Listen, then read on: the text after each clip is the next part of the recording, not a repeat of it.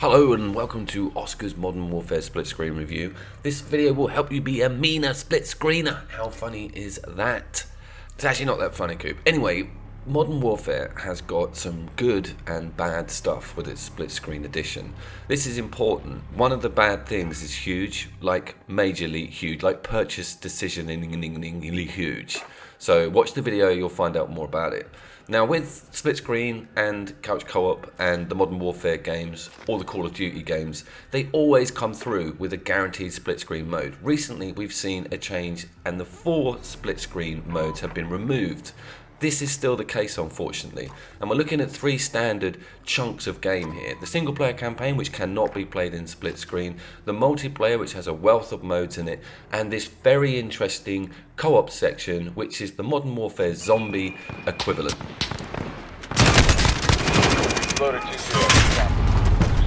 Let's touch on the good stuff first, and what I want to point out straight away is the performance of the game. We've had Borderlands 3. You guys are worth it. And we've had some issues with split screen, and what I did was I thought I'd get the same map and actually run full screen gameplay along the split screen gameplay, so you can see that there is no real major differences. There's a slight frame rate drop, but there's no real major graphical distances, so we're not looking at bad detail on draw distance or low textures or just a laggy performance. The damn game works spectacularly well on split screen. It's absolutely flawless, to be quite truthful, and I think that's probably a product of the developers really utilizing the system CPU to the maximum. It's just a really slick job. I cannot fault how well this game performs when the screen is split.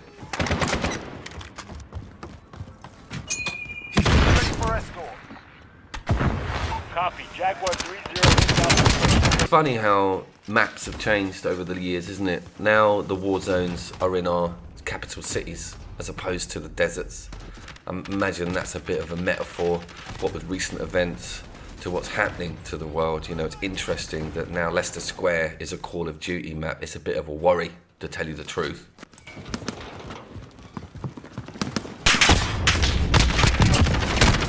So I'm going to let you down gently. I'm going to show you the first area that I always explore when it comes to a split screen Call of Duty game, and it will be a private game. It will normally be a free-for-all game. I may add bots. What I'm basically looking to do is get my head round A, the maps, B, the ballistics, C, the kill streaks, all of the different bells and whistles that come with the new Call of Duty game.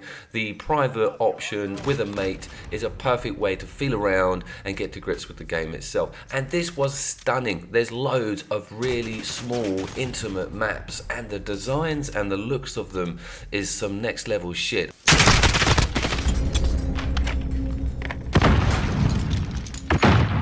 Structurally, with the gameplay, we haven't seen any dramatic changes from Call of Duty for the Black Ops 4, to be honest. They sort of sobered up a little bit with the jumping mechanics and flying around, wall running mechanics, and this is welcome. That's come through. It's nice and cool. It's grounded. People aren't flying around with jetpacks. And we've also had some very cool new killstreak additions, some of which are friggin' awesome. There's a goddamn tank. You can drop in a goddamn tank in this game. Okay, let's get to the bad news.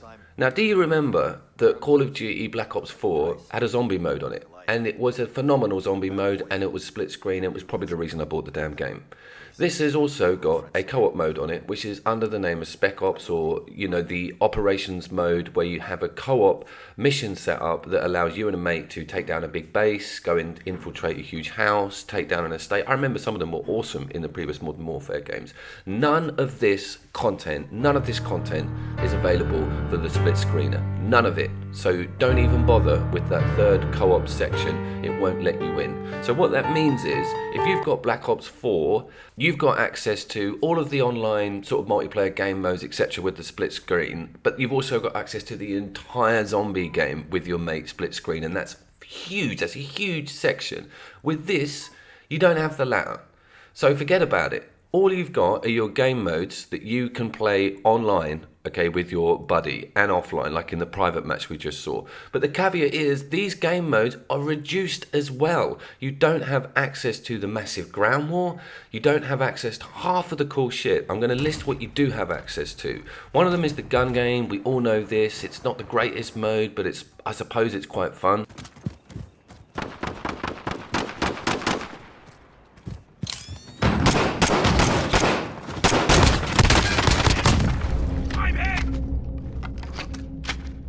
You'll also have access to a mode which is called Gunfight. That's a 2-on-2, so there's only ever 4 players in the entire map. It's very intimate. You're basically one-on-one with 2 other people online. It's okay. It's a bit, you know, tactical. It's not exactly white knuckle. It's tense, but you're not utilizing the Call of Duty's franchise's strengths with a 2-on-2 small map vehicle-less game.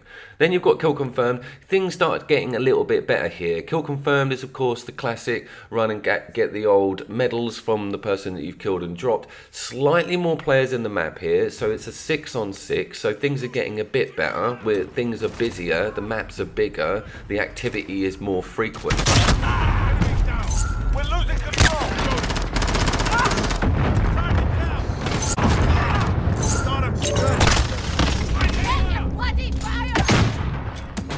I'm still thinking, where's the rest of my Call of Duty? Where is all these amazingly huge maps? Where are all the vehicles?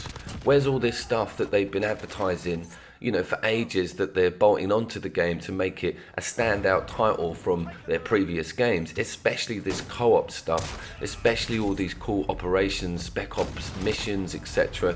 I have not got access to any of it at the moment. I do like the weapon mapping and designing and the fact that you can have a proper perv over your weapon. You can even hold down square and go to like a gun porn mode where it does these funny little shots of, you know, little side profile shots of your gun. I'm not too sure I'll indulge in that too much, but I can certainly see what sort of individual that would appeal to. My goodness, we need a submachine gun immediately. It also has an incredible amount of bolt-on, bolt-off stuff. Call of Duty's always do. I'm not going to sing and dance about that too much, but I like the UI system. It's cool, it's slick. It's obviously had a really close look at making everything user-friendly and just putting everything in the right place, and intuitive leveling up systems with each gun, also alongside leveling up your actual character with perks and kill streaks. The depth is huge. I loved that. It was refreshing to see something like that. It's been a while since I've actually had the chance to play a Modern Warfare game, because I normally am a zombies man, so I normally would only stick with Treyarch stuff, but so it's been a while since I've dipped into the Modern Warfare series, and this was a really pleasant surprise to see this huge amount of customization and just amazing rendering on every single gun. It's extremely well looked after. So then we got to Hardpoint. This is where things thankfully redeemed themselves slightly. Hardpoint.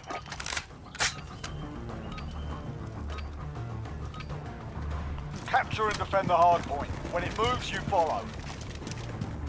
Multiple. We have.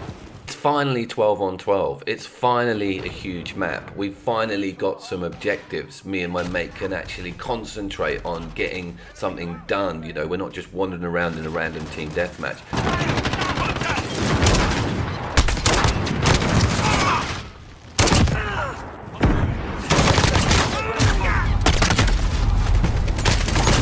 Incidentally, with split screen, obviously it doesn't let you access the free-for-all mode, because you could cheat and look at your mate or just join forces. But it forgets that in the gunslinger mode, which is actually a free-for-all mode. And also, playing this game split screen and being able to have a buddy who your screen you can see is almost like having a pair of eyes and ears somewhere else on the battlefield. It was mental. Oh, we were looking at each other's screens and working out how to support each other, judging on where the enemies were coming in from. It was like being in 2 places at once, you know. You had a central terminal or a singular TV to view the battlefield from different perspectives. It was quite cool. This is pretty cool. Yes. As you may have guessed, I'm the top screen. Ended up having a really good time, but it was at our detriment because we had to go through all of the game modes and work out what we did and didn't have access to as split screeners, and that's awful. That shouldn't be the case. I shouldn't be the one who has to proactively search through every single goddamn game mode to find out which one me and my mate can play. This is a sign of the times. This is basically the start of the end of split screen in AAA games, I think, and it's so great that we have Infinity Ward still looking after us. Fair enough, not on 4-player, but this is a blinding split screen game. My god, if they can add that damned co-op spec op stuff for a split screen as on an update, I will be the happiest man on earth. I shit you not. Ladies and gentlemen, I see down there! We're taking